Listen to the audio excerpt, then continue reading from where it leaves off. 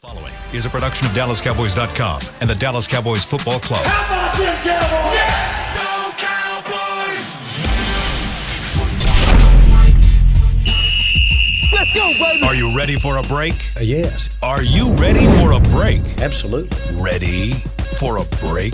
Yeah, and so much for that. It's time for The Break on DallasCowboys.com. We were on the break! With Nick Eatman, Brian Broaddus, Ambar Garcia, and Derek Eagleton. It is Wednesday, April 26th, 2023, season 19, episode number 4. Welcome to the latest edition of The Break. We're live from the SWBC Mortgage Studios at the Star. And this week is the NFL Draft. NFL Draft 2023 happening in Kansas City, Missouri. Is it Kansas City, Missouri, or Kansas City, Kansas? Both. I know, but which one is Missouri? I think this one's in Missouri. All right, got it. So Kansas City, Missouri. We'll actually have some folks out there covering the draft there. We'll have a whole team of people here at the Star covering the draft. Brian will be on the draft show that will be happening basically wall to wall, as you guys have come to expect from us, starting on Thursday, Friday, and Saturday. And we got it all covered. There's no better place to get your draft coverage, whether you're a Cowboys fan or not, than DallasCowboys.com, Cowboys Mobile. I think there's going to be enough people in here to be wall to wall. Yeah, we got a crew this year. Yeah, Zach is for 105.3. Zach's sitting out night one, so Sean's hosting, and then we got our teammates here with DallasCowboys.com, and then Sean leaves, and then Zach comes in. So 2 and 3, yeah, we got a lot of folks. But you know what we've learned over the years, that we never stop talking. You don't. You know, the thing about it is we don't go to breaks on DallasCowboys.com. It's solid. So if we had How do you pee? You just get up? No, and literally, walk they out? don't. They don't. What they do is they take breaks because we simulcast with our sister station 105.3 The Fan. Yeah. And what we do is in the commercial breaks, and this was, by the way, this was Scott Purcell's idea years ago. Scott was like, we don't have to go to breakon.com. Why don't we just keep going straight through it? I wish Scott would have kept his mouth shut. So literally, we get to break, and it's like, okay, and then we're going to break. And then it's like, hey, we're back on DallasCowboys.com. Let's talk some draft. And so they just keep going straight So through. you don't eat and you hold your pee. Yes. Okay. So I'll Sounds ask No, miserable. we bring them food. They Yeah, do. but it's weird. You eat it I know. on air. And they decide whether some of them eat, some of them don't. They eat during the draft upstairs. Like I never wanted to leave the room. I always felt like I was missing something. Yeah. And the catfish. Yeah, the catfish is the absolute best. That old Eddie Dean would I was show about up. to say, Oh my man, I miss gosh. Eddie Dean. Eddie the Dean food here was- is really good, Yeah, but I Legends miss is Eddie great. Dean. Yeah, I miss Eddie when Dean. we first started all this journey, when Derek and everybody came up with this idea, Ed Cahill, by the way, let's give him a shout out. Ed Cahill, God bless you, Ed Cahill. Yeah. Good luck in Atlanta with your draft as well. But Ed, it was like Eddie Dean used to show up, and literally you would like. By the way, Eddie Dean is smell a it. restaurant, guys. It's Yeah. not a guy. It's a Yeah, restaurant. you could smell it. Like you'd be working and you could smell the brisket and the ribs and so you'd just be sitting there and you're like, and then you knew at the end of the draft, and they were changing out meals. Oh, yeah. Like they had a breakfast, they had a lunch, they had a dinner, they had a hey, go have a snack when you're trying to sign players. So yeah, it was, man. Those were the days. What do we have for this? Oh, we have internal. Like, don't get me wrong. Yeah. Let's not. No, our food's Let's not excellent punch here. at the folks here. Like the folks here in our cafeteria here, they do some really We're really gonna good have stuff. food at yeah, night? we will definitely have. Can food. I tell a real quick story? Can I tell a real quick story? I'll try and make it quick. 25 years ago, I got to run the draft in Philadelphia. Mm-hmm. And I'll never forget because we're getting ready to go on the clock. And you might have heard this story. I've told it before on 105.3, I think. And I'm sitting next to Jeff Lurie's wife, Mrs. Lurie. I'm sitting next to her, Christine Lurie. I'm sitting next to her. And it's dead silent in our room. I mean, we're sitting there, we're getting ready to go on the clock. Nobody's saying anything. And she leans over to me and she goes, "Did you try the omelet station today?" And I go, "Yeah, Mrs. Lurie, I sure did. I had crepes, though. The crepes were excellent." You know, we're having a conversation. We're getting ready to go on the clock. Everybody's kind of looking at this, and we're talking about the food that was pre-draft. And in a way, she kind of knew just to break the tension in the room. Mm-hmm. And she just leaned over and says, "Did you try the omelet station today?" And she knew that I was going to answer. And I said, yes, ma'am, I did. But I had the crepes. The crepes were excellent. I don't know where you got this chef, but he's really good at these crepes. They were beautiful. They had strawberries and all. And then he goes, I thought so too. I was looking at the omelets, but the crepes, So here we are, this whole big conversation during the draft. What happens when you go on the clock? The funny thing? Everybody's thinking you're just kind of sitting there just like, oh gosh, we're going to make a pick here. That kind of thing. It really isn't that way. I think fans probably think they envision what a draft war room is, and they think it's always very intense. Yeah. Now, there are some tense moments in draft war rooms. When you forget to turn in the pick. Yeah. But by and large, like, there is a lot of dead time when there's kind of just side conversations, when there's a little gambling, messing around going. I don't know if gambling happens in these days. Yeah. I don't think that happens. Well, not betting on teams, but betting on players that maybe you would say. Maybe back in the day. Maybe that was back in the day. I'm back sure in the that day, these days that's not a part Yeah, we of know it. about you and the gambling thing. Me and Rob Phillips understand that. They've shut that thing down. There is no gambling in the NFL. Yeah. But yeah, it's I think it's one of those interesting things that, and we've even had we have our behind the scenes cameras and microphones. So we've had a chance to listen in war rooms, and it's not always what you think. It's a lot of sometimes just kind of a little light, and then it gets really intense. And the conversations they're having where they're talking to not only like getting ready for the pick, and Brian, you know this as well as anybody. Yeah. I was listening in one year, and they were reaching out to college coach, literally called a college coach to ask him about a player because they were thinking about drafting him and wanted to kind of get his thoughts on it. Yeah. And so those kind of things happen as well. There's still some due diligence that's happening as you're going along and you're making decisions and trying to figure out how everything's going to play out. That's how you piss off your scouts. Oh, yeah. Call the coach. Call the college coach. After they've already done all the work? When they've done all the work for all these months and years. And then Brian would be turning red, I'm sure. Just in say, that room, I love all 6 of y'all's reports that are 6 pages each. But you know what? I'm going to call this coach on his This is why I'm probably not in a room anymore, because I'd go, what the F are we doing right now? What are we doing? Like, I would yell, I would blurt that out. Yeah. They called Barry Switzer. Yeah. That was what I was talking about, actually. Okay. DeMarco Murray draft, wasn't it? For DeMarco Murray, Barry Switzer hadn't coached at Oklahoma in like 17, 18 years or whatever. Yeah.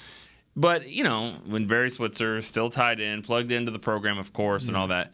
But they called him. I mean, they had running backs coaches. They had all these scouts that had covered him and scouted him. And it's like Jerry even said it in the post draft, like how they got to drafting DeMarco Murray. He says Barry Switzer gave his word of approval, and I could just feel, everybody that went through Norman that year, the national scouts, the lead scouts, personnel guys, everybody they just have to just take this, ball up their fist, don't say anything, kind of a thing. But no, I mean, yes, you use information. Yeah, no doubt. Everybody uses information, but while you're on the clock, let's go.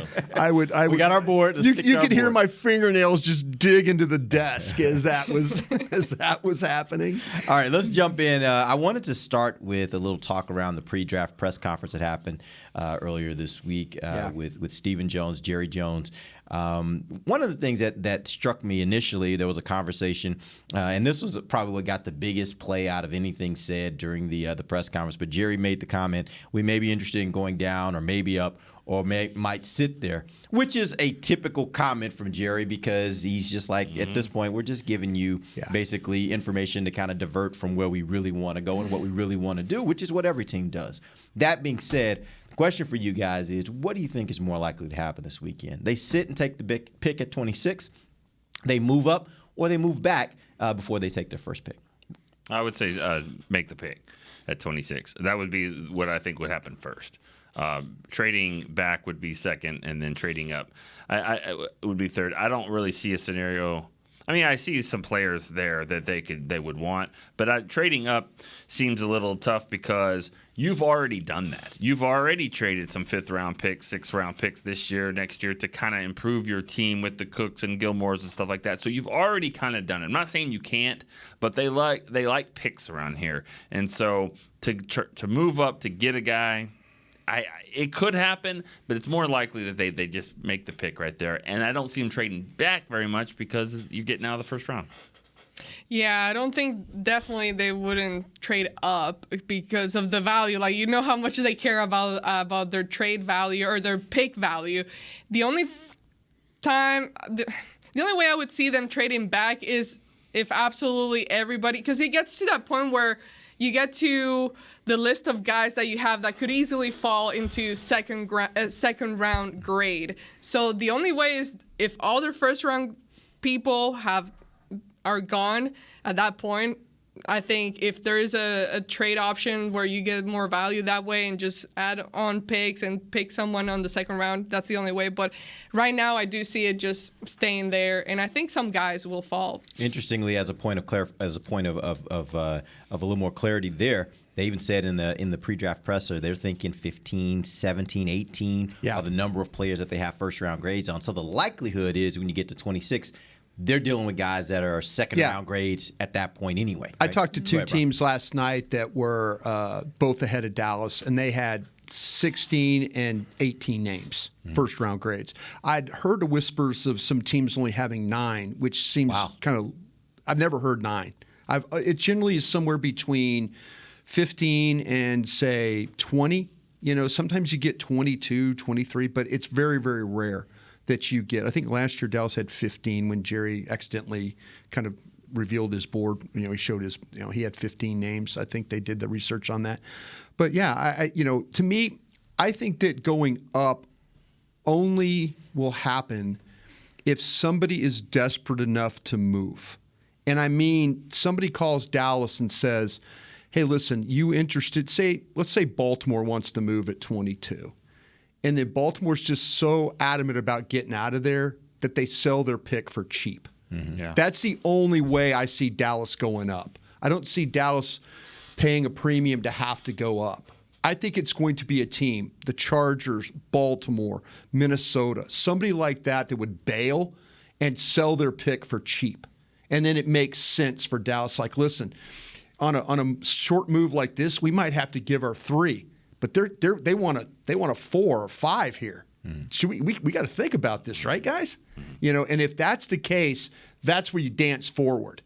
But trading back, I think there's going to be enough players for them there that they don't have to trade back. And Stephen Jones will ask you the question, and he was on 105.3 the other day, and he said this, and they asked him a question, would you trade back? And he said, who am I trading away from? Mm-hmm. Who am I trading away from? And if that question is one where he's like, no, I would rather sit in here and pick this player than I would trade back. And I think that's where you have to, they have to make that determination. Do we want to move away from this guy that we have at 26 to say go at 30 or places like that? I think that's what they'd have to weigh. And also, you know, the selling the pick for cheap, another team, it's got to be that term we hear a lot, that blinking red light of that guy's still up there, because even if Minnesota or Baltimore or whoever wants to sell it for cheap, there's still got to be a player that's there that you're like, I would be crushed if he's not here at this point. I mean, the Cowboys moved 2 spots up to get Des Bryant, you know, and got ahead of Baltimore. They got ahead but you got to get ahead of a team. Yeah. You know, in 1990, it's way back, but the teams from 17 to 20 wanted a running back. The Cowboys were at 21. They knew they needed to get to 17 if they wanted to get a guy named Emmitt Smith, so they did. You know, but they knew that right then the teams wanted them. So it's got to be a guy. It's got to be a good deal, and it's also got to be somebody that you don't think is going to make it to you. Well, you're right there. You're right there. If you're on the cusp, say of the 18 names they have in the first round, say they, you know, that now you're in no man's land. So you maybe you catch a break along the way that your guys would fall to you, but you might be on the cusp of not having that first round. The only reason you do it would go and get a guy that you still have in the first round. Yeah, and that's my question. Yeah. Like, are there some names of some guys that I know we've talked about Bijan Robinson because he's a guy that because of his position, people are like, there is a chance that maybe he drops to you. Is there a player that you can think of that's a first round type grade that you think there are things that could transpire that allows him to drop to you that you could get to where he gets to maybe 20, 21, 22 that you would say, hey, this is worth us going up to get because he's such a good value? I kind of feel like there's a couple of spots there that for some reason word is starting to filter through the drafting world that Joey Porter Jr., the corner from Penn State, would be a guy. Now, I've looked at this a couple of different ways. Joey Porter's the 9th best player on my board. Cornerback. He's the cornerback from Penn State. He's the 16th best player on Dane Brugler's board. He's the 23rd best player on Daniel Jeremiah's board. Okay, Daniel Jeremiah, former NFL scout, Yep. been in the league, so he's evaluating guys too. He's talking to people. Okay, would maybe potentially the best corner on your board gets to 23. Now you're talking about, wait a minute. Is that worth it? Is it worth it to me? Another one I think you have to look at. If you're looking at edges, Miles Murphy from Clemson is another one. Miles Murphy on my board is at 14. On Dane Brugler's board, he's at 21. On Daniel Jeremiah's board, he's at 21. Okay, is there value all of a sudden there? Okay, one of the best edges in the draft is sliding to us. Is it worth it to make a five move trade up to go and get a guy that potentially, like I said, could be he might be the 14th, maybe 12th, 13th, 14th best player on their board. All of a sudden, you're making a small move. You've gone from basically 26 to say, to 20 to go grab a player that has even better value there. Jordan Addison, the wide receiver from USC.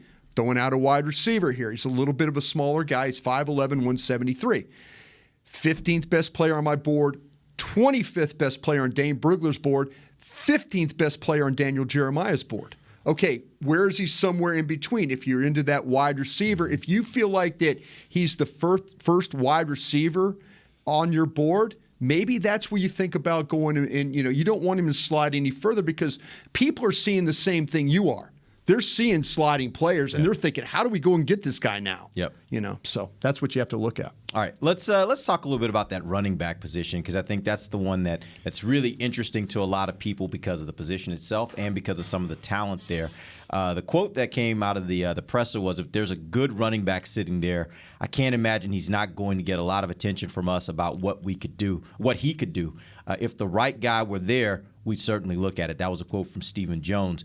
My question for you guys is Bijan the only running back in that conversation, or is Jahmyr Gibbs, running back from Alabama, also a part of that conversation as a potential first-round pick? I think he's a potential first-round pick, but I don't know if he's viewed as the most complete back. I think there's some concerns there with him being sort of Tony Pollard-like, which is not a bad thing, but a guy that is an outside perimeter. I don't know if he is a guy that lives in between the tackles as much.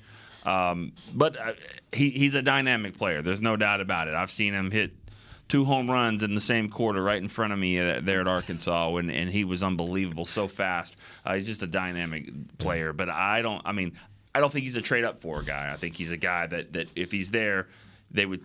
I don't know if they would take him, though. I'm not sure about that. I don't know where they stand on Gibbs. Yeah, for the first round, the only running back that I would go for would be Robinson. That's it. I think the more you look at just history and everything, I think you can find value in other rounds at the running back position. So I just don't see the need to force yourself to take somebody that, could help you at the position, but you also got to remember, you have Tony Pollard this year. I know you have to keep thinking about the future because right now we haven't heard anything happening about his contract, if they're going to give him a contract or extend his stay here. But all in all, you've backed yourself up with what you got for this year. Yes, you still need to draft a running back in this draft, but I would look at even further, maybe 3rd round or something like that for a running back, unless Robinson. Yeah.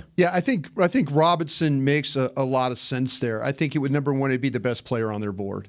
And I'm one of these guys that actually worries about Philadelphia not picking him at 10, but moving up ahead of you and trying to grab him at, knowing they have the 31st? The 30. They have the 30. 30. Okay. They have the 30. And I would worry about them. Philadelphia's a team that likes to move around if they see value on the board. And so I worry about. What happened with since we're talking about the running back and Philly, what happened with their whole campaign of trying to get Zeke? I think I thought that was personally, and this is not something that I know for a fact. And campaigned by other players from their team. My understanding was that was more of a, Zeke's people kind of putting that out Agent-driven. there as these are the three teams Yeah. that Zeke has an interest in, not so much Philly saying we want Zeke. Right. That was my impression.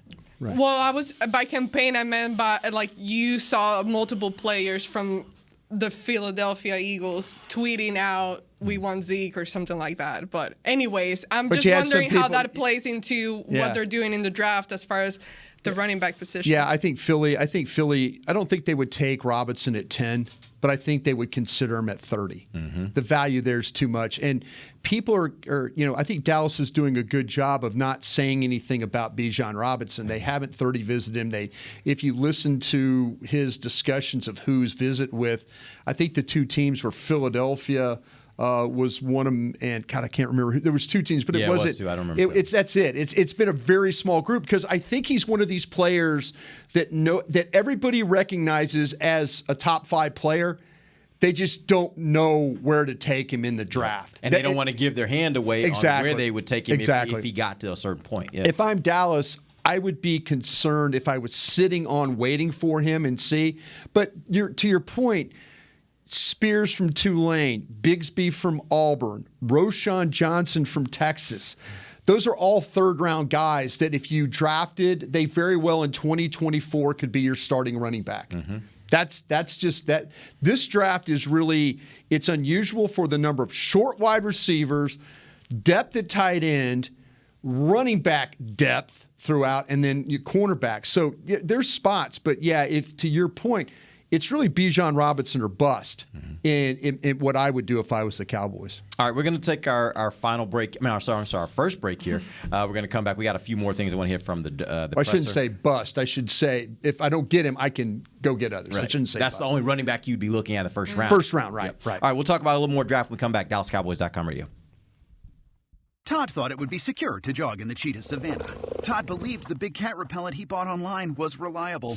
And now, Todd is trying to be faster than this cheetah that can run 80 miles per hour. But the good news is, Todd has AT&T 5G that is fast, reliable, and secure. And he learned the best thing to do is stop running and toss her the backpack with the beef stew. AT&T 5G. Fast, reliable, secure. It's not complicated.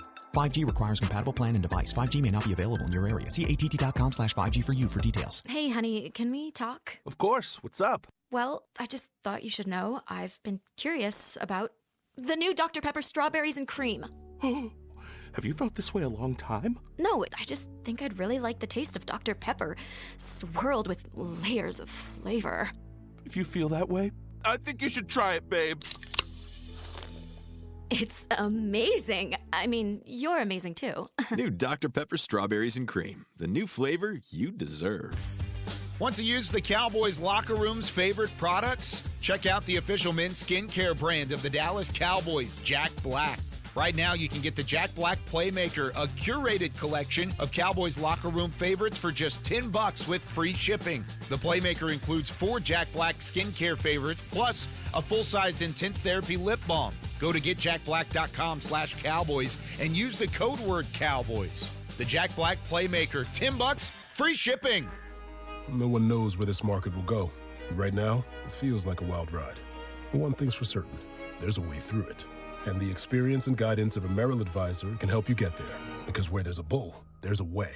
Find an advisor in North Texas at ml.com/bullish. Merrill, a Bank of America company. What would you like the power to do? Investing involves risk. Merrill Lynch, Pierce, Fenner & Smith Incorporated, registered broker-dealer, registered investment advisor. Member SIPC, a wholly owned subsidiary of Bank of America Corp. Back to the break. The 10th annual Reliance Home Run Derby is back at Writers Field in Frisco on May 3rd at 6 p.m. Come see your favorite Dallas Cowboy players. Swing for the fences to raise money for the Salvation Army. Admission and parking are free. Visit DallasCowboys.com/Reliant HRD to learn more. See you there. HRD, that's Home Run Derby. Welcome back. It is the second segment of the break, live from the SWBC Mortgage Studios at the Star. The segment presented to you by Blockchain.com.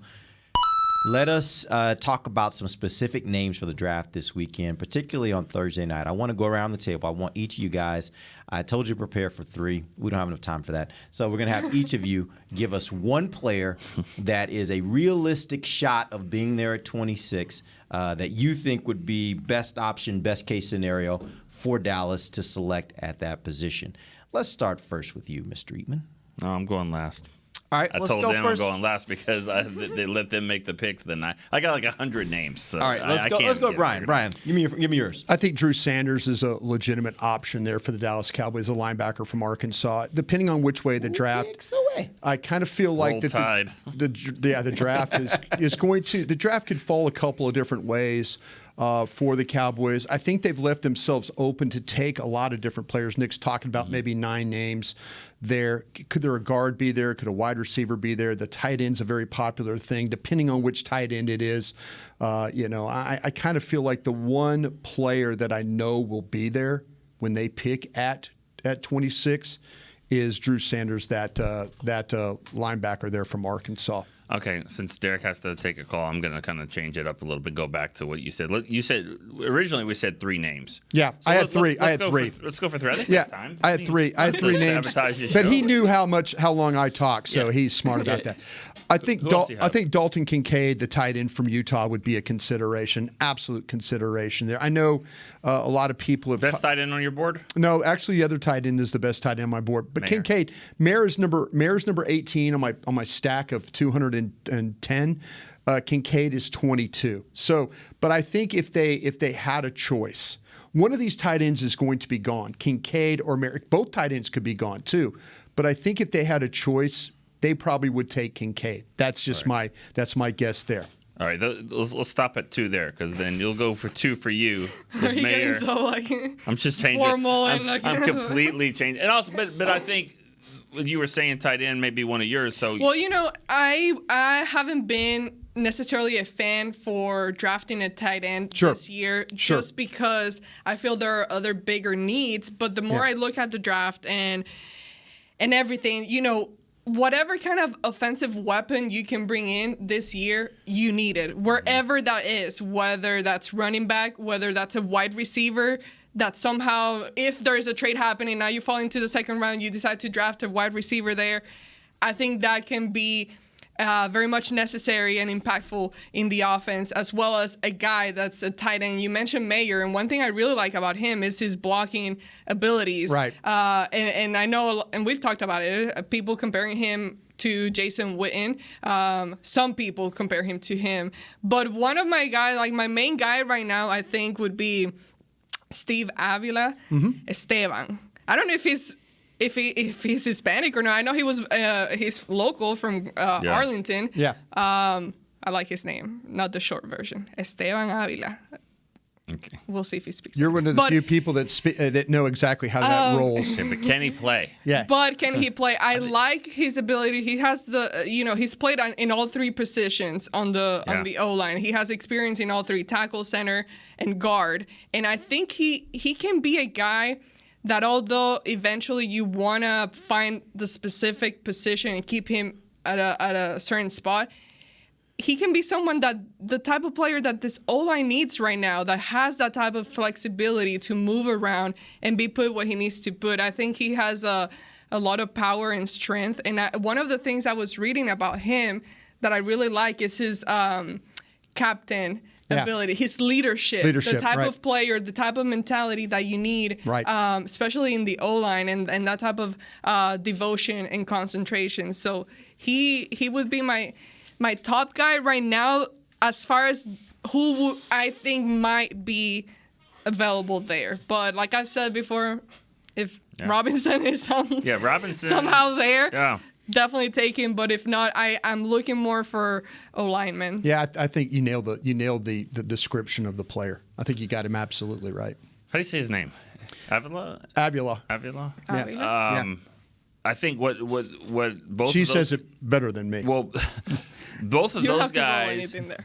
are plug and play guys. Yeah. You know, you take a tight end in the first round, he's starting, and you take a guard or center, or he's a guard at this point. He starts, and so the thing about Drew Sanders that I like is not comparing him to Micah Parsons, but the fact that he is an outside linebacker, but he can rush from the outside. He can play different things. Right. There's a lot. And if you just watch him, because he walked in through the training table on the 30 visits, or he might have been a Dallas State guy because he was local, but he was there. And I thought it was Leighton Vander Esch. I mean, literally thought that was who it was. Right. I mean, that's big, tall, same color hair. I mean, it's just everything. And so if he can be like a Leighton Vander Esch, especially as a rookie, stay healthy, I think he's even more dynamic than that. Who's your third guy? We switched it back to three. So yeah, I actually, when I give up my right to say anything about it. So We're talking about kickers and punters. Okay. I threw a big curveball in there at 3, and I went with Emmanuel Forbes, the cornerback from Mississippi State. He's only got 6 pick sixes. Yeah. So takes it to the house.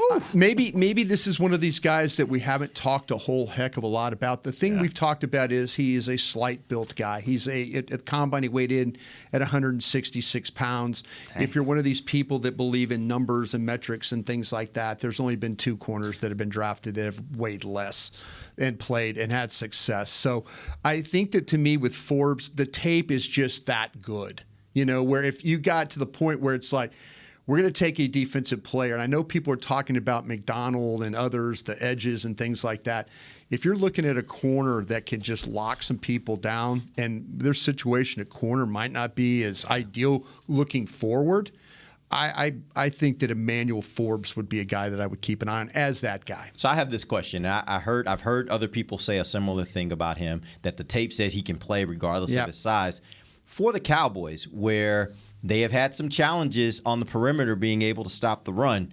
And he's not afraid. That's my question. Yeah, because you got some slight built guys like Jordan Lewis. To me, he's little, but Jordan ain't scared. Like he's gonna come up and he's gonna make the tackle. My question is he a good guy in when it comes to his run support? Yeah, I don't have a problem. I don't think there's a coward bone in his body. This guy is super competitive in the way you watch him play, and I think that's the one thing. This class has guys that were willing to come up, and that first line on my notes is, appears rail thin on tape, but don't let his lack of bulk fool you. He does a really good job of coverage, but he also does a good job of dealing with the run. He's more than willing to drive down to try and make plays. He'll throw his body in there, wrap up, and other times he'll just launch himself. Love the effort he plays with in there in that area. So I don't have a problem. I mean, I think he's got toughness. Good. I don't think he's scared to make plays. Okay. Who's your guy? There's only one guy that I want them to get in the first round, and I know it's not a likely thing to happen, but I am just praying to God. What's number 2? Who's number 2? I don't know. Or at least position-wise, where are you looking? But see, that's part of the problem. Like I would look for who's the guy that's the guy that I think his name may be Washington, that they think can immediately plug in at not that guy. The guy that can immediately plug in at guard. Osiris Torrance from Florida, or Steve Avila from TCU? No, it wasn't either one of them. Darnell Wright? That's who it is. Yeah. It's Darnell Wright. That's one of my Darnell Wright. That's the one that intrigues me just because of where he would fit. Yeah. That's where that one intrigues me because of where he would fit. I don't love, and I've heard all the conversation on Meyer, I don't love that type of player. If what they're describing is what he is, then I don't love that type of player at 26. I want a dynamic player at 26, or I want somebody that immediately is better than what I got. I think Meyer right now, if you plugged him in based upon what I've heard, I'm not sure he's better than what you already have at tight end. He might be a better blocker. Sure. Maybe a better blocker. Yeah. But you could get a better blocker. I've heard you say there's some guys that are blockers in the 3rd and 4th round, right? To her point about, she made Ambar made a point about the running backs. If you wouldn't take one in the 1st, you could take a tight end in the 3rd. Whether that's, we'll see Kraft from South Dakota State, Laporta from Iowa is another guy that you might have to consider about that. Schoonmaker from Michigan is another guy. They run the ball behind. I've got him as the 86th best player on my board. So, yeah, it's not about having to take one of – there's a difference, though, between these top tight ends because of the downfield ability. When you get down into the draft, you lose that ability to have the downfield threat. You got good catchers of the football, but you might have a little bit better blockers is what you might have if you look in that third, fourth, and fifth round for a tight end. Yeah. Who's your other guy? I had Darnell Wright, and then I also had Will McDonald from Iowa State. I think they like him. I looked at him, some tape on him, and again, what I'm looking at is more the positive things. So, you got to be careful when you're watching some of those YouTube highlights and all that. But what I did like about him is that when they put, and I also like the circle, give me the circle so I can kind of see where he is and lines up. He's all over the place. See him at right end, see him at left end. I see him kind of come off the edge from like a traditional outside linebacker and then blitz. I've seen him a couple times up the middle a little bit. He does seem a little light, but that 239. It's also kind of dynamic, and he's tall enough to put some frame on him. And a couple of sacks that I saw in the game were like 30 seconds to go, game on the line, and he makes the play. One against Texas, I think, to win the game. But I'm just saying, we always say that's the type of pass rusher you really want. When the game's on the line, go make the play to win it. I'll say this real quick, too. My guy, Voch Lombardi out there, who does some fine work covering the Cowboys, he actually interviewed Will McDonald. And one of the things that McDonald said was, in talking to the Cowboys and Dan Quinn, his quote was, "They want me to play all over like Micah Parsons." So essentially, you bring in a guy like that now has that flexibility where you can throw him off ball, you can put him on the line of scrimmage, you can have him rushing, you can have him playing a lot of different roles. That just gives you even more flexibility in this defense. I'm going to say something. I'm going to piggyback on what Amber said earlier, and we've been saying it since since halftime of the 49ers game. Like, they have enough defensive guys to stop the 49ers from scoring a lot of points and enough to win the game. They do not have enough playmakers. And I don't know if Brandon Cooks adding him to the mix just solves the problem. I just think these defensive guys sound great, but, man, you've got to fix the offensive playmaker. No, I think you're absolutely right about that. And maybe Cooks takes you out of, like, Zay Flowers from Boston College and Downs from North Carolina and Scott from Cincinnati, the shorter receivers. You've already got – how many shorter receivers do you want to add? If I could throw one more name out there and this is a guy that I'm not super, super, super high on, but there are a lot of people that are super high. You need to keep an eye on Lucas Van Ness, the Iowa defensive end, the edge from Iowa. I think there's some things about him that are really, really good about him. The way I feel like there's some pass rushing stuff. He's not a starter all the time, but the rotational stuff, he does play the run well enough. I worry a little bit about his strength. He is 17 times with the weights for a defensive end, for an edge. I don't think it's great, but I know there's a big like about Lucas Van Ness, edge from Iowa. Keep him in mind at 26 if he gets down to Dallas at that spot. All right, let's take our final break. We'll come back. We'll have a few more wrap-up conversations regarding the draft press conference. We'll be right back. DallasCowboys.com radio. Todd thought it would be secure to jog in the cheetah savanna. Todd believed the big cat repellent he bought online was reliable. And now, Todd is trying to be faster than this cheetah that can run 80 miles per hour. But the good news is, Todd has AT&T 5G that is fast, reliable, and secure. And he learned the best thing to do is stop running and toss her the backpack with the beef stew. AT&T 5G. Fast, reliable, secure. It's not complicated. 5G requires compatible plan and device. 5G may not be available in your area. See att.com/5G for you for details. Want to use the Cowboys locker room's favorite products? Check out the official men's skincare brand of the Dallas Cowboys, Jack Black. Right now, you can get the Jack Black Playmaker, a curated collection of Cowboys locker room favorites for just $10 with free shipping. The Playmaker includes 4 Jack Black skincare favorites, plus a full-sized intense therapy lip balm. Go to getjackblack.com/Cowboys and use the code word Cowboys. The Jack Black Playmaker, $10, free shipping. No one knows where this market will go. Right now, it feels like a wild ride. But one thing's for certain, there's a way through it. And the experience and guidance of a Merrill advisor can help you get there. Because where there's a bull, there's a way. Find an advisor in North Texas at ml.com/bullish. Merrill, a Bank of America company. What would you like the power to do? Investing involves risk. Merrill Lynch, Pierce, Fenner & Smith Incorporated, registered broker-dealer, registered investment advisor. Member SIPC, a wholly owned subsidiary of Bank of America Corp. Hey, honey, can we talk? Of course. What's up? Well, I just thought you should know I've been curious about the new Dr. Pepper strawberries and cream. Have you felt this way a long time? No, I just think I'd really like the taste of Dr. Pepper, swirled with layers of flavor. If you feel that way, I think you should try it, babe. It's amazing. I mean, you're amazing too. New Dr. Pepper Strawberries and Cream. The new flavor you deserve. Back to the break. Tacos and Tunes. That's where you need to go to head to the Miller Lite House at AT&T Stadium for the Dallas Cowboys Tacos and Tunes Festival, presented by Miller Lite on Saturday, May 13th from 2 to 7. There's going to be a lot of tacos, food trucks, all that. DallasCowboys.com/ or visit AT&T Stadium / Tacos and Tunes for more information. Welcome back. It is the final segment of the break, live from the SWBC Mortgage Studios at the Star. Draft starts tomorrow night, first round.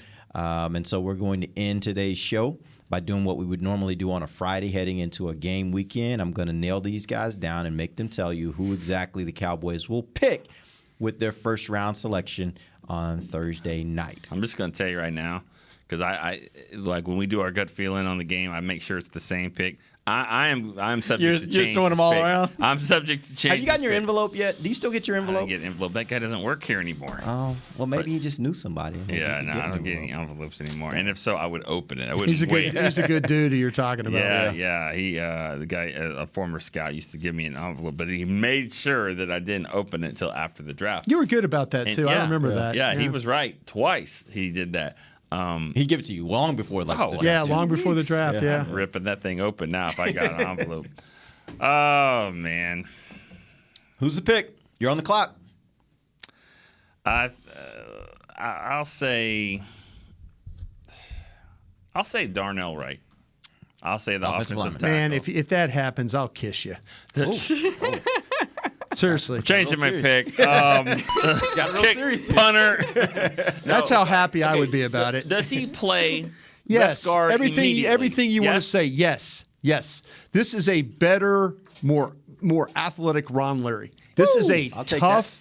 He seems like a better and a more athletic this guy, and he's super, he looks very buff. You compare him to the other 333 pounds. The biggest one. That's a big dude. See, the thing about it is the problem you're going to run into, and it's a great pick by you, Nick. It's a great pick.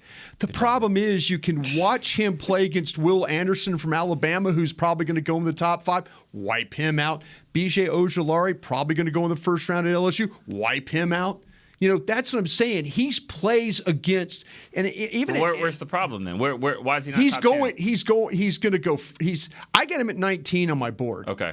To me, I mean, I from the minute I watched him play, I'm watching those games where he's blocking those edge rushers, and I'm going, well, he's not getting to 26. Okay. What am I doing here? Stop being an idiot. The tackle group is not. I mean, there's people that might play this guy at tackle, depending on. I mean, like Johnson from Ohio State, Jones from Georgia, Wright from Tennessee. Those are the 3 best tackles in the draft. Right. And I'm talking about taking Wright and moving him to guard. Now he's not going to 26. If he's at 26, that's why I said what I said. Okay. Yeah. Because you don't think he'll be there? I don't. Okay. I don't think that. That would be, man. But yes, that's my pick. It's like one of those things where it slides to you there, and he's on the board, and like you say, he's the 19th. All the tags are gone. He's the 19th best player, and you're like, that's who we're taking.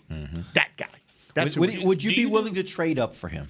Like, if he's that good and he's there at 21, would you be willing to trade up for him? Because here's what I love about it. I love the guy. What I love about the idea is I look at this team and they have the offensive line has slipped from where it was years ago when they had a dominant offensive line. If you go back-to-back first rounders, you're now rebuilding that. And your center's playing better than you maybe thought he was, and Steele is better than you thought he was. You now are on the cusp of actually having that sort of dominant line again, and they're going to be primarily young guys. So I would love that if you could make it happen. Is that worth you moving up? It would be worth it to me. That there are guys. I understand not trading up for the back. I get that. I'm trying to fill a position right now. I like Torrance and Avila, and I like those guys. Don't get me wrong. But, man, if you gave me a shot to draft – because I know this about Wright. If something were to happen at right tackle, again, he'd go play right tackle for you. You know, he's that type of – he is a mean, nasty eliminator of people. Where does Darnell – I love that. Eliminator of people. He did. He eliminated – everybody's talking about they don't show one highlight of Will Anderson rushing against Tennessee. I guarantee you, Bean pulled it up right now. You're not going to see Will Anderson rush against Tennessee. That's awesome.